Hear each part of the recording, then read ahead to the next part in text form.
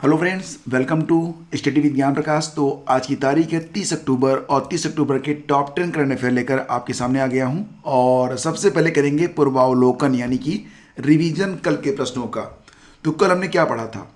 फ्लोवीज new bank के brand ambassador कौन बने हैं? तो मनोज वाजपेयी बने हैं, याद रखना। और एक्स जेंडर वाला पासपोर्ट किसने जारी किया है? अमेरिका ने। एक्स जेंडर मतलब ऐसे लोग जो अपना जेंडर डिक्लेयर नहीं करते हैं उन्हें एक्स जेंडर में माना जाता है। एक योजना आई है गो ग्रीन। गो ग्रीन योजना यह इलेक्ट्रिक वाहन को प्रोत्साहन देने के लिए शुरू की गई है गुजरात सरकार के द्वारा। और अंतर्राष्ट्रीय एनिमेशन डे मनाया गया 28 अक्टूबर को। भारत के पहले radio over internet protocol system का उद्घाटन किया गया है श्यामा प्रसाद मुखर्जी पोर्ट। इसे पहले कलकत्ता पोर्ट कहा जाता था और डेफिनेटली ये आपको पता हो गया होगा कि ये पश्चिम बंगाल में है। हाल ही में national bank for financing infrastructure and development के अध्यक्ष के रूप में किसे नियुक्त किया गया है? तो इसका नाम है केवी कामत। ठीक है। और फेसबुक का नया नाम ये भी याद रखना, ये नाम अब हो गया है मेटा। हाल ही में किस भारतीय तटरक्षक जहाज को अक्टूबर 2021 में गोवा में कमीशन करके राष्ट्र को समर्पित किया गया है? तो ये है आईसीजीएस सार्थक। आईसीजीएस सार्थक। और हाल ही में किस मंत्रालय ने राष्ट्रीय स्तर के जागरूकता कार्यक्रम जिसको नाम दिया गया है संभव, तो संभव को शुरू किया गया है एमएसएमई के द्वारा। अच्छा, हमारे एमएसएमई मिनिस्टर कौन है? नारायण राणे हैं। और एमएसएमई मतलब ministry of small and medium enterprises. Bharat निर्वाचन आयोग ने वोटर लिस्ट में नाम जोड़ने और सुधार के लिए किस ऐप को लॉन्च किया है? तो इसका नाम है गरुण ऐप। तो अगर वोटर लिस्ट में आपका नाम नहीं है तब आप इस ऐप की सहायता से अपना नाम ऐड कर सकते हैं। और अब देखते हैं पहला क्वेश्चन। डेनमार्क ओपन बैडमिंटन 2021 में महिला सिंगल्स का खिताब किसने जीता है? डेनमार्क ओपन बैडमिंटन 2021 में महिला सिंगल्स का खिताब किसने जीता है? और Zhengyu, Akane Yamaguchi, Naomi Osaka, Barbara Krejcikova. अच्छा, मान लो एग्जाम में आ गया कि बारबरा क्रेजिकोवा, अब आपको याद होगा कि इन्होंने फ्रेंच ओपन जीता था। ठीक है। तो ये कहाँ की हैं? तो ये चेक गणराज्य की हैं। नाओमी ओसाका कहाँ की हैं? जापान की। और अकाने यामागुची ये कहाँ की हैं? ये भी जापान की हैं। और ये डेनमार्क ओपन बैडमिंटन 2021 की विजेता हैं। अच्छा, ये नाओमी ओसाका ने क्या जीता था? नाओमी ओसाका ने जीता था ऑस्ट्रेलियन ओपन, आपको याद होगा। और अब यहाँ पर बात कर रहे हैं हम लोग डेनमार्क ओपन बैडमिंटन 2021 के बारे में। तो महिला सिंगल्स का खिताब किसने जीत लिया है? तो दोस्तों, महिला सिंगल्स का खिताब जीता है एकेने यामागुची ने, जो कि जापान की हैं। और इन्होंने जो अपना खिताब हासिल किया है वो दक्षिण कोरिया की आन से योंग को हराकर जीता है। आन से योंग। तो पूरा जो डेटा है वो इस प्रकार से है। मेल सिंगल्स को जीता है, मतलब मेन सिंगल्स को जीत लिया है विक्टर एक्सल्सन ने, जो कि कहाँ से हैं? डेनमार्क से हैं। फीमेल सिंगल्स की विजेता बनी है अकाने यामागुची, जापान से। मेंस डबल का खिताब जीता गया टोकुरो होकी और यूगो कोबायाशी के द्वारा। कहाँ से हैं लोग? जापान से। फीमेल डबल का खिताब जीता गया हुआंग डोपपिंग और झेंग यू, कहाँ के हैं? ये हैं चीन की हैं। और मिक्स डबल ये जीता यूटा वातानबे और अरिसा हिगाशिनो ने। तो पूरा नाम आपको तो बहुत ही आसान था, याद हो गया होगा। एनीवे फ्रेंड्स, यहाँ पर दो बातें याद रखना बस, मेन सिंगल्स और फीमेल सिंगल्स, यही एग्जाम के लिए इंपॉर्टेंट है। मेन सिंगल्स डेनमार्क के विक्टर एक्सल्सन ने जीता है। अब डेनमार्क के ही विजेता हैं ये, ठीक है। और ये डेनमार्क ओपन भी है, तो याद रख लिखना इसको। फीमेल सिंगल्स जीता है किसने? जापान की अकाने यामागुची ने। तो अकाने यामागुची तस्वीर एक बार देख लेंगे तो आपको नाम भी याद रहेगा। ठीक है। आगे बढ़ते हैं। आपको ये बता दें कि इस साल जितने भी ग्रैंड स्लैम हुए हैं उनके विजेता कौन बने थे। मैं यहाँ पर सिर्फ सिंगल्स के बारे में बात करूंगा, जैसे कि ऑस्ट्रेलियन ओपन सिंगल्स नोवाक जोकोविच। मेन सिंगल्स कहाँ के हैं? ये सर्बिया के। और नाओमी ओसाका जापान की, इन्होंने जीता था फीमेल सिंगल्स। ये मेल सिंगल्स पहले होगा, उसके बाद फीमेल सिंगल्स के बारे में बात करेंगे। फ्रेंच ओपन सिंगल्स में नोवाक जोकोविच और विंबलडन में भी नोवाक जोकोविच। तो तीन ऑस्ट्रेलियन, फ्रेंच और विंबलडन के जो मेन सिंगल्स थे खिताब जीते गए थे सर्बिया के नोवाक जोकोविच के द्वारा, और यूएस ओपन जीता गया था डेनियल मेदवेदेव के द्वारा जो कि रूस के थे। तो ये चौथा वाला जो था यूएस ओपन, ये डेनियल मेदवेदेव ने जीता, नहीं तो बाकी के 3 मेन सिंगल्स जीते थे किसने, नोवाक जोकोविच ने। हाँ, फीमेल सिंगल्स सभी अलग अलग रही, जैसे कि ऑस्ट्रेलियन ओपन में जो फीमेल सिंगल्स विजेता बनी वो थी नाओमी ओसाका जापान से। फ्रेंच ओपन सिंगल्स में फीमेल सिंगल्स जीता बारबरा क्रेजिकोवा ने, चेक गणराज्य। विंबलडन जीता था एस्ले बार्टी ने ऑस्ट्रेलिया, और यूएस ओपन जीता एमा रादुकोने ने। कहाँ की हैं ये, ब्रिटेन की हैं। तो ये आपका रिवीजन हो गया। और देखिए रिवीजन आपके लिए बहुत ही इंपॉर्टेंट है, आपकी परीक्षाएं तेजी से निकट आ रही हैं, समय बिल्कुल नहीं बचा है। और अगर आपके पास करंट अफेयर के नोट्स नहीं हैं तब अब समय नहीं है कि आप नोट्स बना पाएँ, तो इसके लिए आप हमारे पीडीएफ का इस्तेमाल कर सकते हैं। सारे प्रश्न आपको मिल जाएंगे इसमें से, और डेफिनेटली ये पीडीएफ बहुत ही अच्छे तरीके से लिखे गए हैं, यानी कि सभी प्रश्न आपको इस प्रकार से इसमें ऑर्गेनाइज मिलेंगे कि आपको हर चीज़ याद होती चली जाएगी। और इसके लिए आप चाहें तो मंथली, चाहे तो 6 महीने का, चाहे तो पूरे साल का जो पीडीएफ है वो परचेज कर सकते हैं। लिंक वीडियो के डिस्क्रिप्शन में दिया गया है। और अगला क्वेश्चन होगा, भारत के सबसे बड़े सुगंधित उद्यान, क्या कहेंगे इसको, एरोमेटिक गार्डन।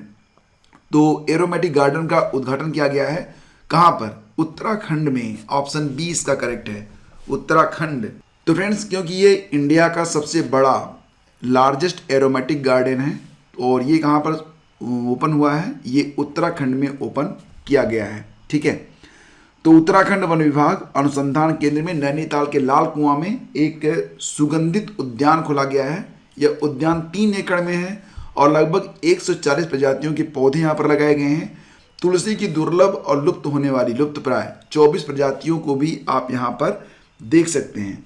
तो बात कर रहे हैं हम लोग उत्तराखंड के बारे में। तो जैसा कि आप जानते हैं उत्तराखंड के बारे में, तो फ्रेंड्स उत्तराखंड की स्थापना हुई थी 9 नवंबर 2000 में। मुख्यमंत्री हैं पुष्कर सिंह धामी, और राज्यपाल कौन है, गुरमीत सिंह बन गए हैं, गुरमीत सिंह। और उत्तराखंड के जो प्रमुख दर्रे हैं उनमें बरास, माना, लिपुलेख, थांगला, चिरीचुन दर्रा आदि आते हैं।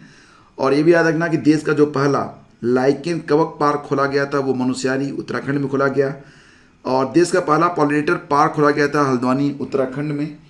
और साथ ही साथ देश का पहला क्रिप्टोगैमिक गार्डन खोला गया था देहरादून के चक्राता क्षेत्र में। क्रिप्टोग्राम क्या होते हैं, क्रिप्टोग्राम वो प्राचीन पौधे होते हैं जो बीजों के माध्यम से नहीं फैलते, जैसे कि शैवाल, काई, फर्न, कवक, लाइकेन। और उत्तर भारत के पहले आर्किड संरक्षण केंद्र की स्थापना भी उत्तराखंड में की गई। भूकंप अलर्ट एप्लीकेशन भी, ये भी किसने जारी किया था, सबसे पहले उत्तराखंड ने जारी किया था। उत्तराखंड में 2 टाइगर रिजर्व हैं, कौन कौन से, एक हो गया आपका राजा जी और दूसरे का नाम हो गया राजा जी और कार्बेट टाइगर रिजर्व। भारत का पहला फॉरेस्ट हीलिंग सेंटर खोला गया था रानीखेत में। और डस्टलिक टूर अभ्यास किया गया था। डस्टलिक टूर अभ्यास भारत और उज्बेकिस्तान ने किया था, कहाँ पर किया था, रानीखेत में किया था। होप पोर्टल खोला गया था और वात्सल योजना चलाई गई थी। एक त्यौहार होता है फूलदेई, तो फूलदेई त्यौहार भी उत्तराखंड का ही त्यौहार है। हरेला नामक त्यौहार भी, ये भी शुरू होता है, ये भी किया जाता है आयोजित, कहाँ पर, उत्तराखंड में ही। सृष्टि गोस्वामी का नाम याद है आपको, सृष्टि गोस्वामी, ये एक दिन की सीएम बनी थी, कहाँ पर बनी थी, उत्तराखंड में ही बनी थी। तो सृष्टि गोस्वामी का नाम भी याद रखना। आगे बढ़ते हैं, कौन सा राज्य पहला ओडीएफ और हर घर में बिजली वाला पहला राज्य बना है, तो इसका उत्तर हो जाएगा ऑप्शन बी, यानी कि गोवा। तो फ्रेंड्स गोवा खुले में शौच से मुक्त और साथ ही साथ हर घर में पानी वाला पहला राज्य बन गया है। और गोवा ने हाल ही में हर घर जल मिशन के तहत हर घर में नल का पानी पहुंचाने वाला पहला राज्य भी बन गया है। गरीबों को 100% मुफ्त राशन देने वाला पहला राज्य भी गोवा बना था। कोविड-19 टीकों को 100% पहली खुराक देने वाला राज्य भी बना था गोवा। गोवा दिवस होता है 19 दिसंबर को। राजधानी पणजी है। मुख्यमंत्री हैं प्रमोद सावंत। गवर्नर कौन है, एस श्रीधरन पिल्लई। हाल ही में सऊदी अरब ने नकदी संकट से जूझ रहे किस देश को सुरक्षित जमाओं के रूप में $3 अरब और 1.2 अरब, साथ ही साथ 1.5 अरब मूल्य के तेल उधार देने पर सहमत हो गया है। तो ये देश बन गया है ऑप्शन ए, पाकिस्तान। पाकिस्तान को यूएई देगा, तेल और नकदी दोनों देगा। ठीक है, तो बात कर रहे हैं हम लोग सऊदी अरब के बारे में। सऊदी अरब मिडिल ईस्ट में स्थित है। यहाँ पर सऊदी रियाल चलती है मुद्रा, कैपिटल है रियाद। और पॉपुलेशन कितनी है 3.48 करोड़ के लगभग। अगला क्वेश्चन देखते हैं। प्रश्न होगा कि हाल ही में भारत ने अग्नि 5 मिसाइल का सफल परीक्षण किया है। अग्नि 5 की मारक क्षमता क्या है? तो इसका उत्तर हो जाएगा 5000 किलोमीटर। अग्नि 5 जो है ये 5000 किलोमीटर तक मार करने में सक्षम है। तो फ्रेंड्स, बैलिस्टिक व क्रूज रेंज की मिसाइलों के लगातार परीक्षण के बाद देश की सबसे ताकतवर मिसाइल कही जाने वाली अग्नि 5 का सफल परीक्षण अभी हाल ही में डीआरडीओ ने किया है। यह मिसाइल 5000 किलोमीटर की दूरी तक अपने लक्ष्य को भेदने में सक्षम है। मिसाइल के परीक्षण के साथ ही दुनिया के कई देश इस लक्ष्य की जद में आ गए हैं, यानी कि 5000 किलोमीटर तक की जद में कई सारे देश आते हैं। रक्षा अनुसंधान और विकास संगठन ने पहली बार ओडिशा के अब्दुल कलाम द्वीप से, इसका परिणाम क्या था? व्हीलर द्वीप, तो रात में इस मिसाइल का सफल परीक्षण किया है। अग्नि 5 का यह 8वां सफल परीक्षण है। इसके साथ ही भारत इस तरह की मिसाइल विकसित करने वाला दुनिया का 5वां देश बन गया है। अभी तक ये जो टेक्नोलॉजी थी वो अमेरिका, रूस, फ्रांस और चीन के पास थी, और अब ये टेक्नोलॉजी भारत के पास भी है। मतलब काफ़ी लंबी दूरी तक अग्नि 5 मार करने में सक्षम है। अच्छा, जो अग्नि के हमारे पुराने वर्जन थे वो कितनी दूरी तक चल सकते थे? आपको बता देते हैं कि अग्नि 1 जो बना था वो 700 से 800 किलोमीटर तक मार कर सकता था। अग्नि 2 2000 किलोमीटर, अग्नि 3 2500 किलोमीटर, अग्नि 4 3500 किलोमीटर, और अब आ गया है अग्नि 5, ये सीधे सीधे 5000 किलोमीटर तक जाके मार करने में सक्षम है। अगला क्वेश्चन होगा, हाल ही में नागरिक उड्डयन मंत्रालय ने किसानों की सहायता के लिए किस योजना को स्टार्ट किया है? तो इसका नाम है कृषि उड़ान 2.0। विकल्प ए इसका बिल्कुल करेक्ट है। तो इस योजना के तहत कृषि उत्पादों के परिवहन में किसानों की सहायता के लिए उत्तर पूर्व पहाड़ी और आदिवासी क्षेत्र के हवाई अड्डों में कार्गो से संबंधित इंफ्रास्ट्रक्चर का निर्माण किया जाएगा। तो कृषि उड़ान 2.0 को किस मंत्रालय ने स्टार्ट किया है? नागरिक उड्डयन मंत्रालय ने। तो ये भी आपको याद रखना है। अच्छा, ये बताओ कि जम्मू कश्मीर बैंक के एमडी और सीईओ कौन बने हैं? सभी विकल्प ध्यान से देखो। सही आंसर इसका हो जाएगा ऑप्शन ए बलदेव प्रकाश। उदय कोटक, शांतिलाल जैन और पद्मजा चंद्रू, इनके नाम भी आपको याद रखने हैं। उदय कोटक के बारे में बात करें तो उदय कोटक कौन है? उदय कोटक महिंद्रा बैंक यानी कोटक महिंद्रा बैंक के एग्जीक्यूटिव वाइस चेयरमैन और मैनेजिंग डायरेक्टर हैं। शांतिलाल जैन को अभी हाल ही में आपको याद होगा इंडियन बैंक का एमडी और सीईओ बनाया गया था, जबकि पद्मजा चंद्रू, ये नाम वेरी इंपॉर्टेंट है पद्मजा चंद्रू का, नेशनल सिक्योरिटीज डिपॉजिटरीज लिमिटेड यानी कि एनएसडीएल के प्रबंध निदेशक और मुख्य कार्यकारी अधिकारी के तौर पर इनको नियुक्त किया गया है। और अगर हम बात करें जम्मू कश्मीर बैंक के बारे में, तो स्थापना हुई थी 1938 में। हेडक्वार्टर मिलेगा आपको श्रीनगर में। और देखिए, ICC men's T20 world cup 2022 का आयोजन किया जा रहा है। कहाँ पर किया जा रहा है? ये यूएई और ओमान दोनों जगहों पर हो रहा है। तो विकल्प सी सही होगा। यूएई और ओमान में ICC men's T20 world cup 2022 का आयोजन किया जा रहा है। अब 2022 लिखा गया है लेकिन 2021 ही है, ठीक है। तो ये 17 अक्टूबर 2021 से लेकर 14 नवंबर 2021 तक चलेगा। तो कुल मिला के 45 मैचेज होंगे, और इसका जो क्रिकेट फॉर्मेट है वो 2020 होगा इंटरनेशनल, और साथ ही साथ लोकेशन इसकी है यूनाइटेड अरब अमीरेट्स और ओमान में, ठीक है।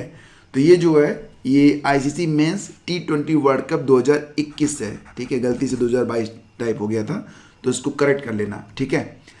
तो चलो आगे बढ़ते हैं और अगला क्वेश्चन देखते हैं। प्रश्न बनेगा यहाँ पर कि हाल ही में किस देश ने सैन्य संचार उपग्रह सिराक्यूज 4A को लॉन्च किया है? सिराक्यूज 4A, तो ये चीनी नाम तो नहीं लग रहा है, और ये अमेरिकन नाम भी नहीं लग रहा है, जापान में भी ऐसे नाम नहीं होते, तो ये बन जाएगा फ्रांस इसका उत्तर। सिराक्यूज 4A को लॉन्च किया गया है फ्रांस के द्वारा, ठीक है। तो फ्रांस ने सिराक्यूज 4A उपग्रह को कक्षा में सफलतापूर्वक लॉन्च कर दिया है।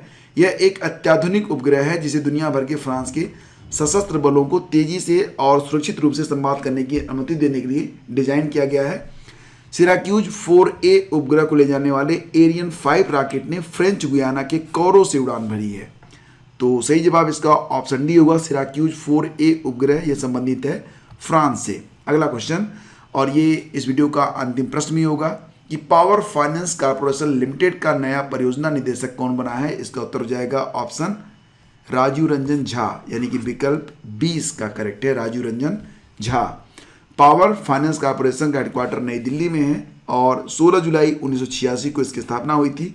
सार्वजनिक क्षेत्र की पावर फाइनेंस कंपनी पीएफसी ने बताया है कि राजीव रंजन झा ने निदेशक परियोजना का कार्यभार संभाल लिया है और इसके पहले झा पीएफसी में ही परियोजना विभाग के कार्यकारी निदेशक के रूप में काम कर रहे थे। तो फ्रेंड्स, ये थे आज की करंट अफेयर और उम्मीद करता हूँ कि वीडियो को आपने काफ़ी एंजॉय किया होगा। लेक्चर की पीडीएफ आपको मिल जाएगी हमारे टेलीग्राम चैनल और इस वीडियो के डिस्क्रिप्शन में एक लिंक मिलेगा, उस पर क्लिक करके भी आप इस पीडीएफ को डाउनलोड कर सकते हैं। वीडियो अगर आपको पसंद आया तब आप इसे लाइक और शेयर जरूर कर देना। Thank you so much.